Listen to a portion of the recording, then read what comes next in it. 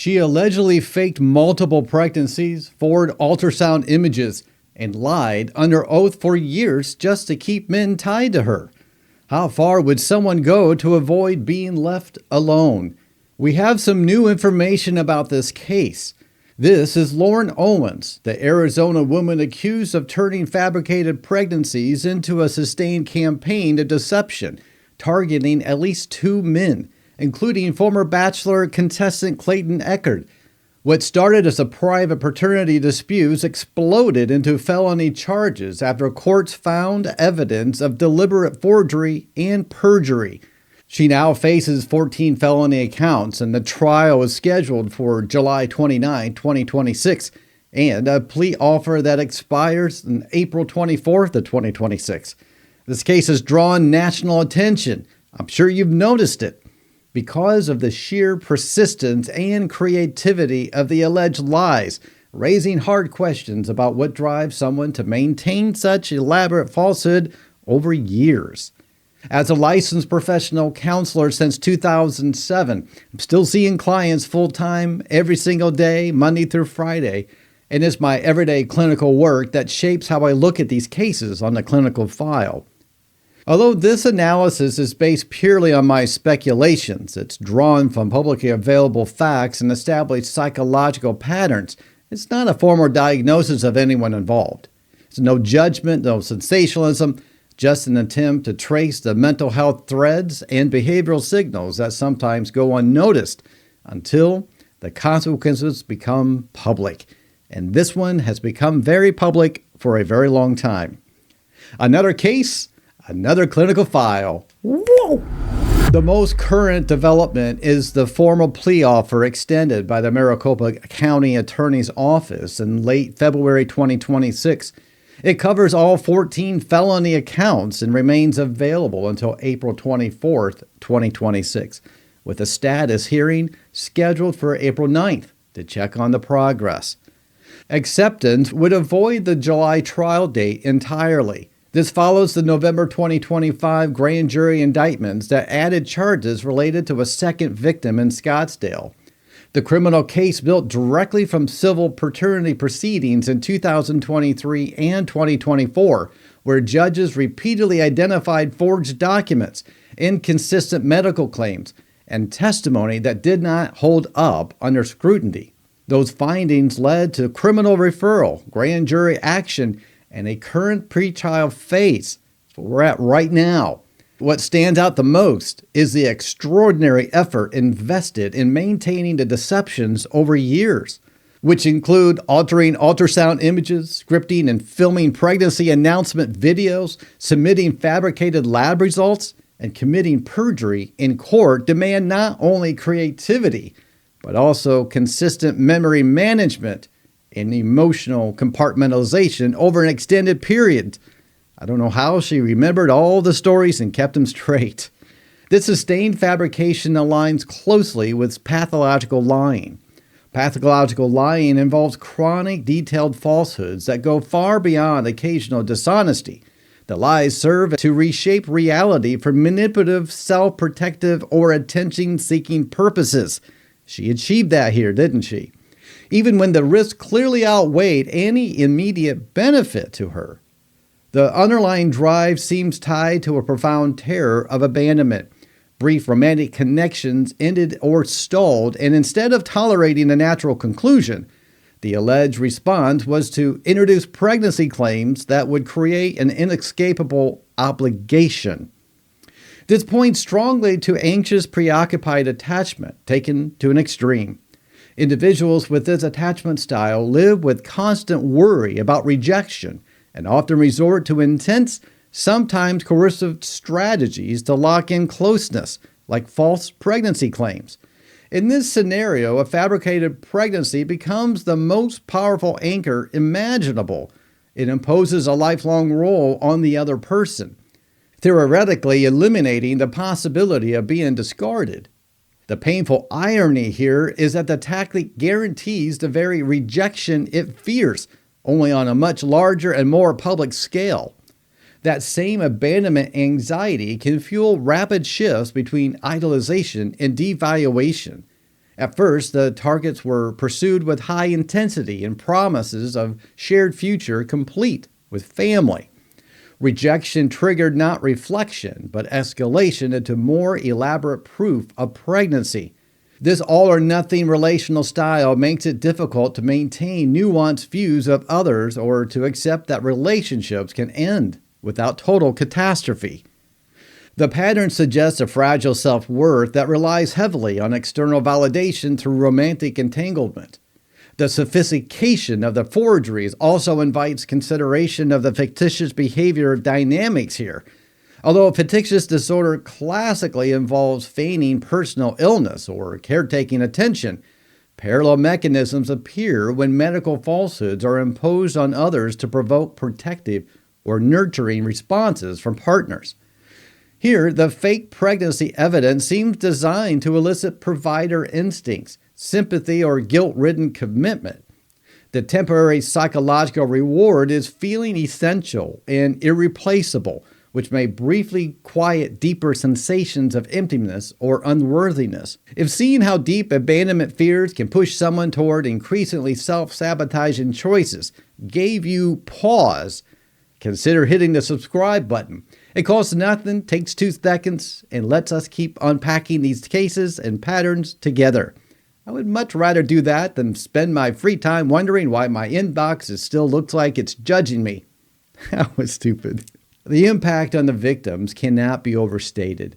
Being led to believe a child was on the way, making emotional and practical preparations, sharing the news with family and friends, and then discovering the entire narrative was constructed, erodes fundamental trust in one's own reality.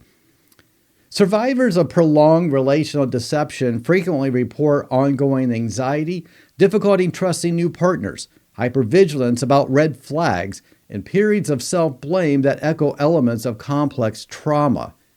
Not to mention the added layer of public exposure in this case, all the media coverage, the online speculations, and there are many, and the professional repercussions. It intensifies the harm and prolongs recovery. Emotionally, the alleged behavior demonstrates severe difficulties with distress tolerance. Rejection or loss triggered not adaptive coping, but immediate flight into fantasy construction. This avoidance buys momentary relief from painful feelings at the expense of accumulating consequences that damage relationships, legal exposure, and deepening isolation. It isolates how powerfully short-term emotional regulation can override long-term reality. Entitlement also surfaces in the willingness to exploit others' sense of duty. Prosecutors allege attempts to leverage the fake pregnancies for financial support or reconciliation through threats, which reflects a belief that personal needs justify crossing ethical and legal lines. These narcissistic traits, low empathy for the harm caused, sense of special entitlement damage trust and create victims without physical violence. They exist on a continuum and do not require a full personality disorder diagnosis to produce serious relational wreckage. Another strikingly similar pattern appears in the case of Caitlin Braun in Ontario, Canada. Braun, who was sentenced to 3 years in prison in June 2025 following an earlier house arrest sentence, repeatedly faked pregnancies herself, including claims of high-risk pregnancy, stillbirth, and traumatic losses between 2022 and 2024 to obtain free emotional and supportive services from more than 50 doulas.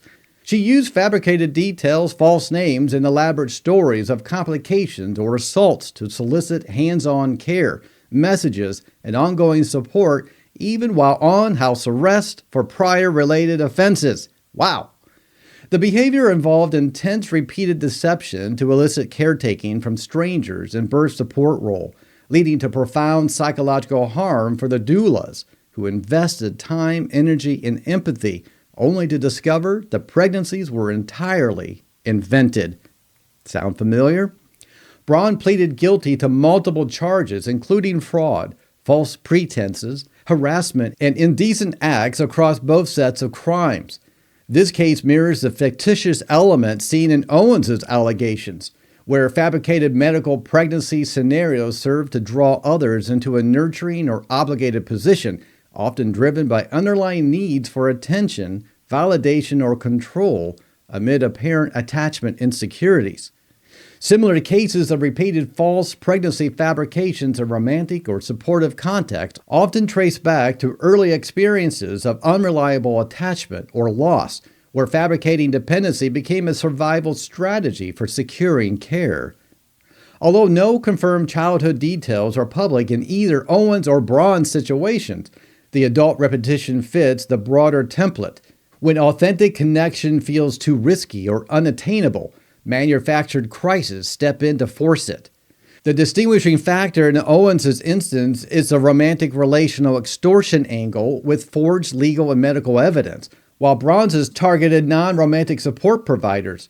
Both highlight the escalation of deception when initial lies are not challenged immediately. The behavioral arc forms a consistent loop.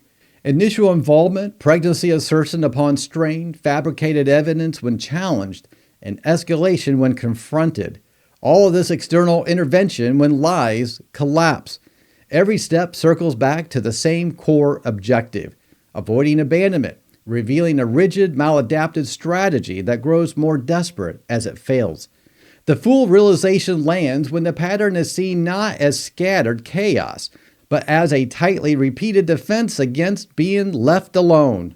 The mental health terms used in this analysis include pathological lying, chronic compulsive creation of a detailed false narratives, typically for manipulation, self-protection, or attention far exceeding normal dishonesty. Anxious, preoccupied attachment, insecure attachment pattern defined by intense fear of abandonment, high relational anxiety, and efforts to prevent loss through clingy, controlling, or dramatic behaviors. Narcissistic traits, features including entitlement, diminished empathy, exploitation of others, and fragile self-esteem that can operate without meeting criteria for full narcissistic personality disorder.